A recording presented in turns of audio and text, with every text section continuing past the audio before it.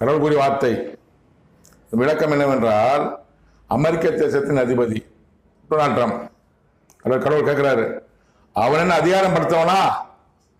உலகத்தின் அதிகாரம் படுத்தவனா? பரமண்டலத்தின் அதிகாரம் படுத்தவனா?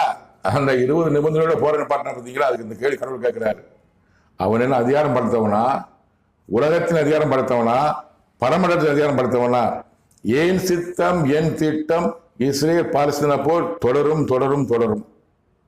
முடிவுக்கு வரும் உன்னால் அமெரிக்க தேசத்தின் அதிபதியினால். உறுதியான உறுதியான உறுதியான இது கடவுள் வார்த்தை. இஸ்ரேல் பாலஸ்தீனா போல் முடிவுக்கு வராது, இன்னும் திரும்ப வரும். முடிவுக்கு எப்படி வரும்னா இந்த மாமனிதனால், அமெரிக்க தேச அதிபதியினால். பொறுத்திருந்து பாருங்கள்.